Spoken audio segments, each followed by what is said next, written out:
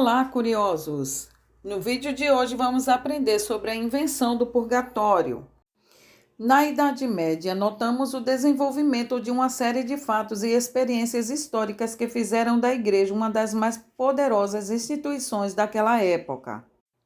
A difusão dos preceitos cristãos pela Europa e em outras partes do mundo fez com que os dirigentes dessa denominação religiosa interferissem profundamente nos hábitos, concepções e modos de agir de um grande número de pessoas daquela época. Apesar da visibilidade de todo esse processo, não podemos chegar à simplista conclusão de que os clérigos conseguiam fazer com que as pessoas fizessem aquilo que eles bem entendessem. A igreja influi na sociedade de sua época, mas também houve situações em que essa poderosa religião também teve de dialogar com as situações e impasses gerados pelos seus próprios seguidores. Para entendermos tal ponto, podemos tomar a questão da vida após a morte como um interessante exemplo. Até o século XII, o cristão estava destinado às glórias e o conforto dos céus ou o tormento eterno mantido nas profundezas do inferno. A proposição de destinos tão diferentes fez com que vários fiéis buscassem uma vida predominantemente voltada para a garantia de salvação. Mas, como bem sabemos, desde aquele tempo os pecados atingiam a muitos cristãos e por isso pairava uma enorme dúvida sobre qual seria o destino de alguém que não foi nem completamente bom ou ruim. Nesse período, é interessante frisarmos que a ordenação social legitimada pela Igreja passava a escapar do seu controle.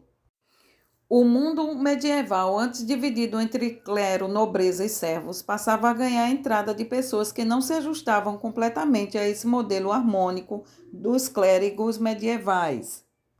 Passando a viver no efervescente ambiente urbano, muitos fiéis e clérigos não tinham meios seguros para dizer se alguém levou ou não uma vida louvável aos olhos de Deus.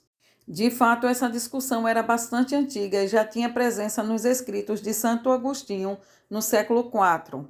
Segundo esse teólogo medieval, o indivíduo que teve uma vida mais inclinada ao pecado seria destinado ao inferno, mas poderia sair dessa condenação através das orações feitas pelos vivos em sua memória.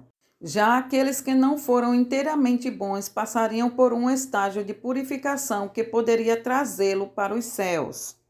Até então, o purgatório era compreendido como um processo de salvação espiritual que fugia do que era normalmente convencionado pela Igreja.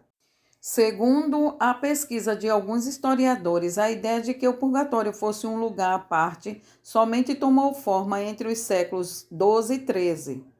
Os próprios judeus acreditavam que aqueles que não eram nem bons ou maus seriam levados a um lugar onde a pessoa sofreria castigos temporários até que estivessem aptos para viverem no Éden.